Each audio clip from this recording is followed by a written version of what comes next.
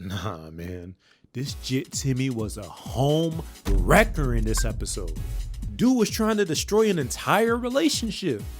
But for good reason. Cause somebody was trying to dig for that gold. Alright, man. So when the episode starts, we see that boy Timmy done cleaned his room. And that bitch sparkling.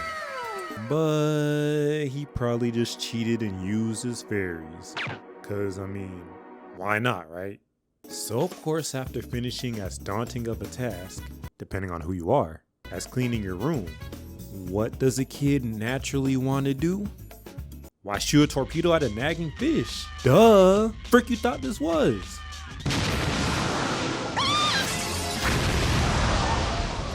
God dang! It looked like a bomb done went off in here. Well, because it literally just did, Kike. What the heck is wrong with you? But anyway, Timmy's mom comes through and sees the damage. And understandably so, she is pissed. But she's high-key pissed for the wrong reasons. Like, she's mad about Timmy neglecting to keep his room clean. Not the thousands of dollars worth of damages to the frickin' house. But I digress, because they got money, right? Which will continue to be a factor later on in the episode. So keep an eye out. But just before Mama Turner was finna crash out on Timmy in the worst way, Papa Turner comes through at the last minute and just hits her with that slick talk out of nowhere. Oh man, you're so beautiful when you're angry. Ooh, okay, Mr. Timmy's dad? Dude over here smooth with the words. Shoot, the smoothness even rubbed off on Cosmo, cause Wanda was about to crash out too. But a key to a woman's heart, sometimes, is romance. Which I should try to do a little more often. But whatever, this ain't about me. So, Cosmo ends up giving Wanda a fish wife balloon and some flowers, minus the chocolates though, cause he knows she a fiend for that chocolate for real. But after seeing both of his parental figures going crazy in the booth with romance, Timmy makes sure to lock in this newly found discovery into his core memories for later. But when he thinks his day can only get better from here, I mean, let's be honest, you're literally Timmy Turner. Every day is horrible for you. Damn! At least according to the opening theme song. Oh, Timmy, guess what? Son, your mom and I can't stop dancing. So guess who's here to keep an eye on you while we boogie oogie oogie? Yeah, that distracted romance ain't so beneficial now, huh, Timmy? Dang, why am I being so hostile to Jit right now? I gotta chill. So, while Timmy's parents are getting down with their bad selves, Vicky forces his wigger to clean all the toilets in the dang house. Which really isn't all that bad in the grand scheme of things. But people tend to make it more of a big deal than it actually is. And yet, the thing is, Vicky gave dude actual tools to clean the toilets with. But what does he decide to do? Why, use his fairies as tools instead. Now this right here, gotta be abuse. Especially towards Wanda. Cause why you put homegirl's face in the toilet water like that? Rude. So, after barely cleaning one toilet bowl, Timmy is completely fed up with life. Cause cleaning toilet bowls will definitely do that to you. I can confirm. Which leads him to make this very specific wish. I wish Vicky had a boyfriend, but not just any boyfriend, the perfect boyfriend for Vicky, so she'll be too distracted to be mean anymore! Well, alrighty then. So because of Timmy's wish, someone very special rings the doorbell for Vicky to answer. And when she opens the door, a wigger named Ricky pops up in front of her, trying to scam her by selling magazines that he got from the Turner's mailbox.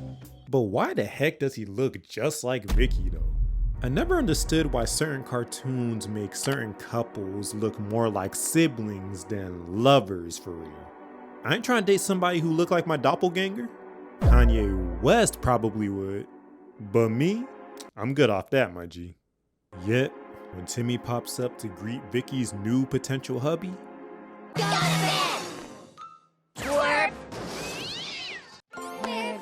in all my life. Well, it's official. They're a match made in hell, I guess I should say. But something seems a little off about Ricky though. I just can't quite put my finger on it yet. Anyway, we cut to a romantic montage of Vicky and Ricky going on multiple dates together, with a very cute backing track to accompany them, while of course also causing pain and suffering to every Jit in Dimsdale in the process. Dang, Nicklet done thought he was a bird. But man, I know Timmy's happy. Since Vicky is distracted with her new BF, his parents are forced to stay home with him, which I know is absolutely killing them on the inside.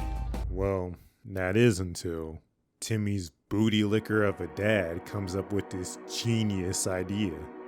Why don't they montage at our house? We can pay them double! Pay them double? How much money do y'all wiggers even have? What kind of job do you even do to be throwing away tons of money at a babysitter like this? Junk be pissing me off just thinking about it.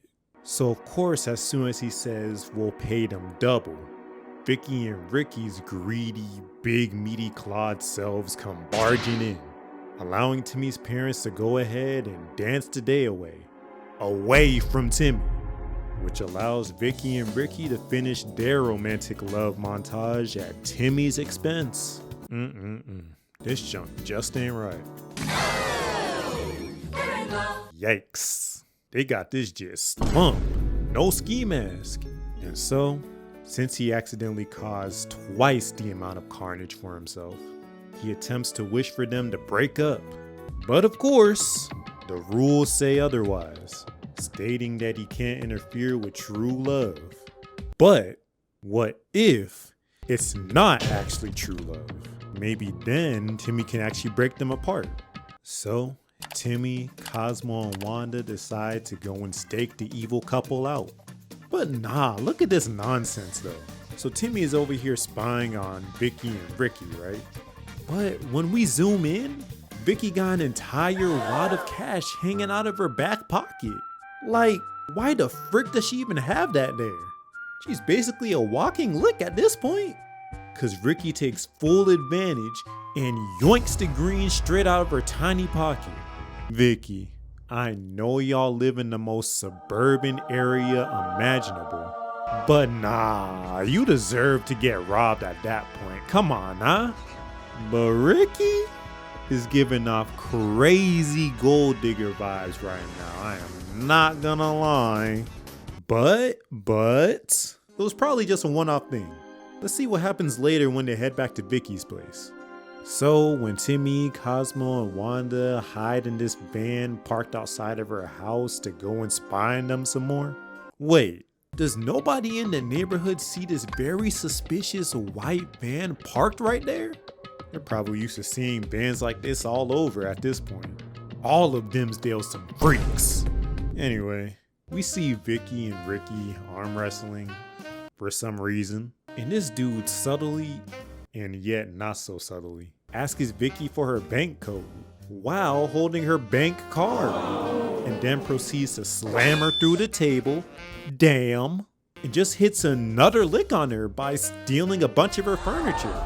And Vicky's lovesick self is just letting him do it. Well, honestly, she's evil. So I don't feel bad for her at all, really. But I might feel bad for Ricky later on, though. What? But this just proves that Ricky is a gold digger wigger and don't really love Vicky. So with that knowledge in mind, Timmy tries to wish them apart again. I wish they were apart. But Vicky's still in love with him. There's nothing we can do. Y'all fairies suck, dude. Y'all can't do anything, man, on my leash. So now, Timmy puts matters into his own hands by making Ricky a profile for a dating website. And like most men nowadays, he got 0 matches. Well, that is until Wanda steps in to spruce up the profile a little bit. What? That's stupid. That'll never... You've got tons of mail.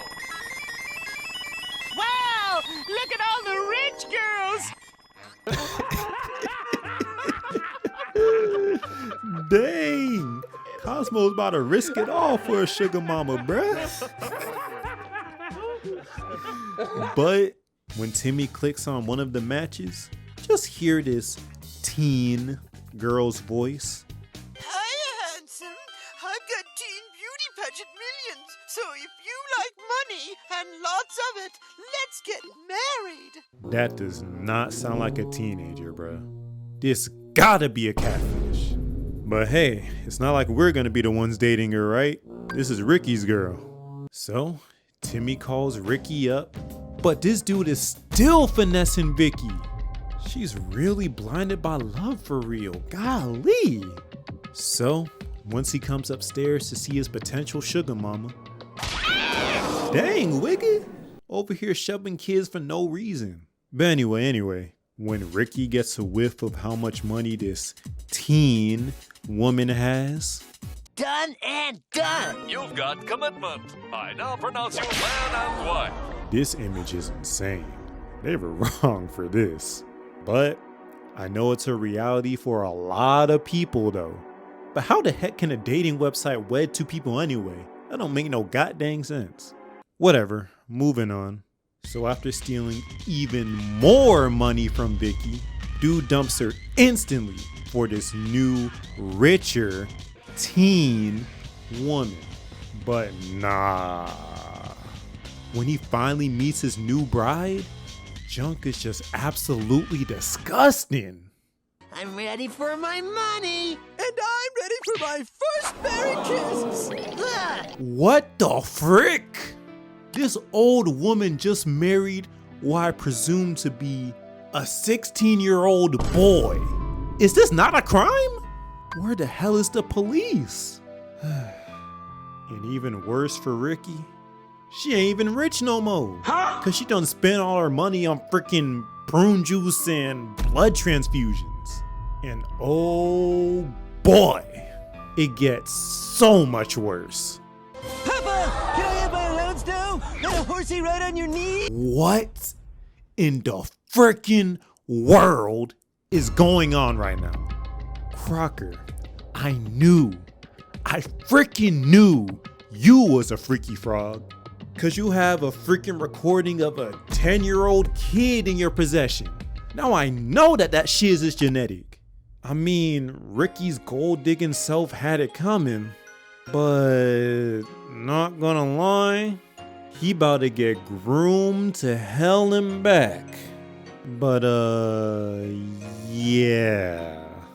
The moral of the story was supposed to be date people who like you for you. But after seeing that horror show, please stay away from them kids. And kids, please stay away from them weirdos. Cause this is insane. And also, if you enjoyed, consider becoming a member of the channel if you haven't already. I deeply appreciate it. Love you.